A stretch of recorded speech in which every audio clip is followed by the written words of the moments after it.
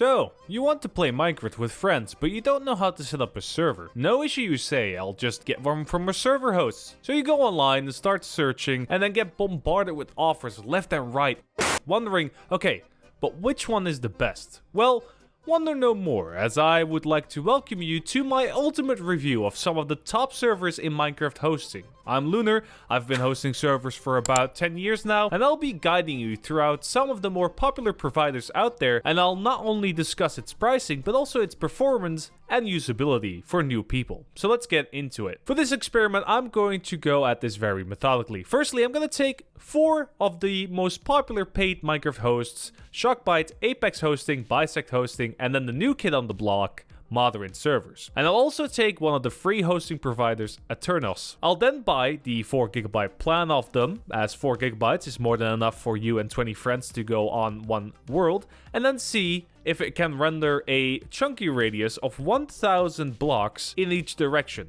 how fast it will render this, and if it crashes or not. This should give us a rough estimate of what you're getting for your money.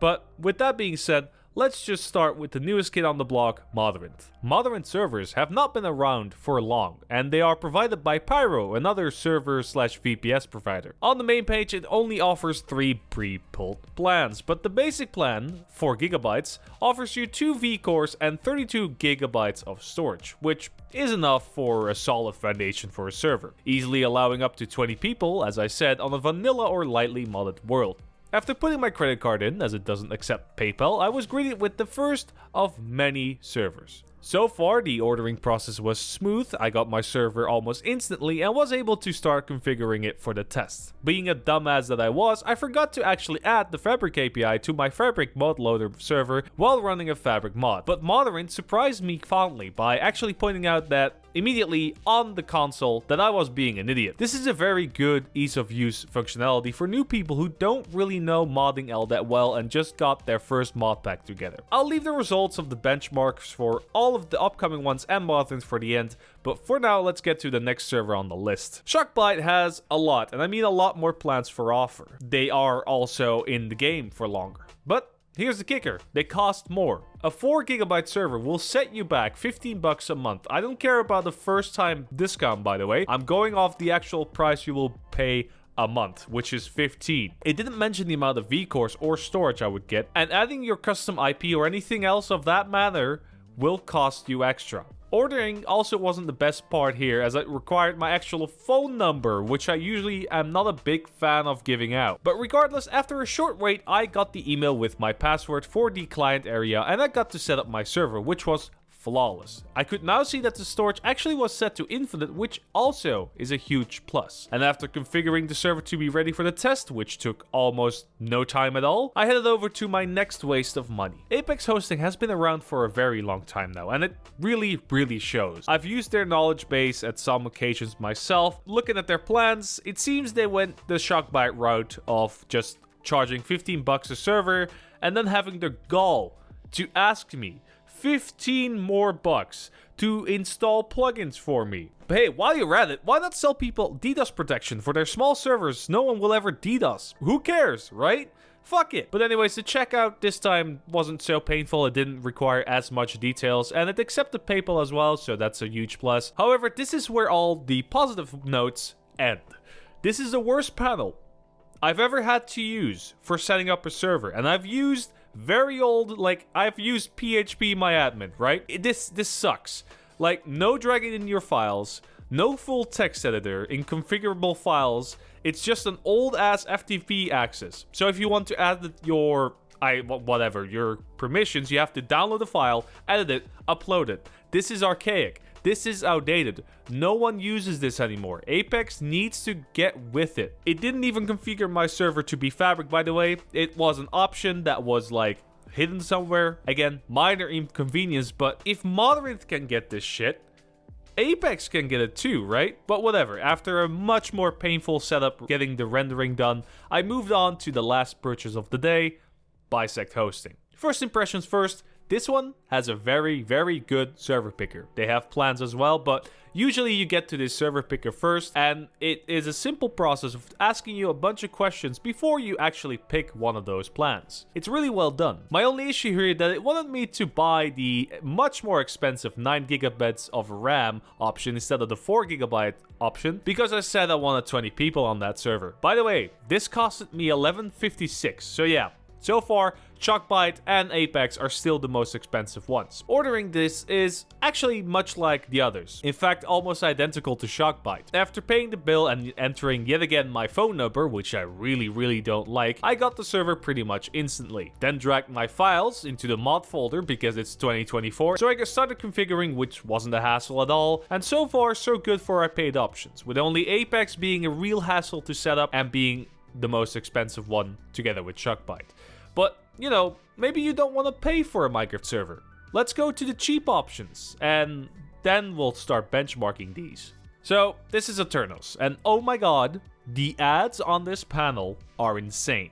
Let's not kid ourselves here. This is a free server. Your data is the product. They make money off this. There's no other way to say it. Out of nowhere, it just started playing a mobile game ad while I was configuring this shit, and I was jumping out of my chair. I don't like this.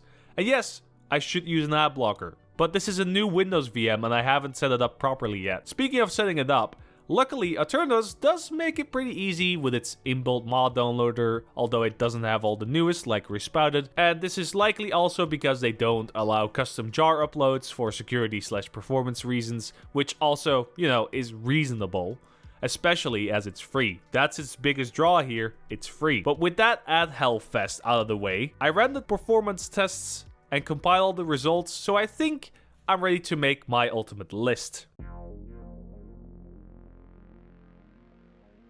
Now before we start listing this, I should say that the test I conducted here with Chunky is a rough jab at general performance and is in no way conclusive. The link below is a spreadsheet with all the data you need to reproduce this experiment yourself and what the presets are. With that massive disclaimer out of the way, my overall worst and the number 5 on our list is Apex hosting. I might have already spoiled that one while reviewing itself. While you do get your server relatively fast, these servers performed poorly, finishing a 1000 radius render in only 12 minutes. That is nearly double of our fastest result I will get to in a bit. The UI on the panel does not justify the $15 price tag either. It's archaic and outdated when compared to cheaper and even newer alternatives. Overall, if you're new to Minecraft hosting, if there's one provider I would never use or recommend, it's this one. Too expensive, too clunky, and all except one, it's the worst when it comes to the generation test. So no, this will not get my recommendation. Speaking of not getting my recommendation, at number 4, I have Aternos. It's free. That's all you need to know. That's everything good about it. Needless to say, the render was not good. It didn't even finish it. It crashed 6 times on me. I had to redo it every time. Eventually, it would finish, taking about 20 minutes in the generational test, but in real life, it took 22 minutes. My guess is that Aternos does not like pre-generating plugins or mods, which is very odd because one tip you would really get early on is that a pre-generated world will help massively in reducing lag. So not having that option on Aternos without having to restart the server all the time is really shitty. Above that, the absolute bombardment of ads, which then just shout in your ear about some food product, nah, I'm done. Use an ad blocker if you have to, and if it's free. If you don't want to pay, use it. But beware that it's not the best and you will experience lag when trying to do big things. At number 3, we have Bisect hosting. I've used Bisect in the past for hosting my Vintage Story servers, and its UI, especially compared to the ones before it, is absolutely amazing. The server picker is a godsend for anyone who's just getting into it and wants to have the rough margins, but you do have to keep in mind that they're selling you a product at the end of the day, so they will always upcharge you for the more expensive option. While it was $3 cheaper than Apex, it actually finished the rendering test faster by a wide margin, coming in at 9 minutes and 40 seconds, with it nearly generating 30 chunks per second. Not only do you pay less, but you get a nice UI, an easy to use file system, and unlimited disk space to go along with it. Very nice. But for the same price range, we have our number 2. Modrinth. Modrinth's UI is unique among all of the ones I've tested so far. The fact that it tells you did something wrong is something much needed for many newer people getting into hosting. So if you are that kind of people, just go with Modrinth. Plus, for all intents and purposes, it was nearly identical to Bisect's performance. Like, it had a finishing time of 9 minutes and 39 seconds. So if you're new, go with Modrinth. Don't even go with the number 1 here. Just go with Modrinth because they have the most and the best ease of use features so far. If you are relatively knowledgeable and you want the best 4GB server, Shockbyte is for you. For only $15 a month, you get a server that finished the render test in a whopping 6 minutes and 29 seconds. A whole third faster than Modrinth and Bisect's plan, which is logical because you pay a third more, but it features a nice UI and again, a really good config and editor, with even your startup flags being editable, which sounds necessary but isn't as easy on most other hosts.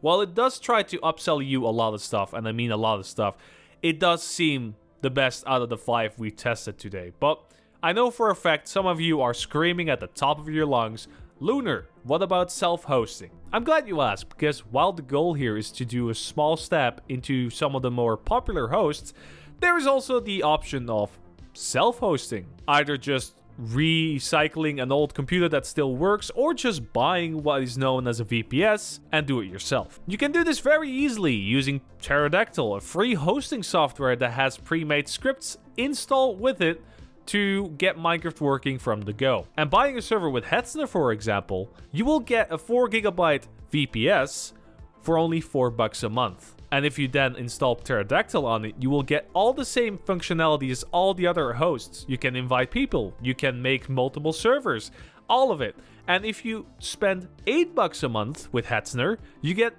8GB. You'll get double what you paid for with a pre-made server for half the price. Sure, you need to do a lot of work yourself, and setting up Pterodactyl seems really daunting. Do you really want to pay nearly double for something that has less RAM and in some cases subpar performance? I mean, again, Pterodactyl, once it's set up, you can become your own little host. You can invite your friend, like split it up. You have a server of 4GB and then your friend has a server of 4GB, and you can split the hosting costs for an 8GB server or even a 16GB server in 2. I understand that some of you don't have the time or the knowledge to set this all up. So if you want convenience, go for Shockbyte. If you're new, try out Modrinth. But if you want a challenge and learn something, try Pterodactyl. But for now, I was Lunar, you are very awesome, and I'll see you in the next one.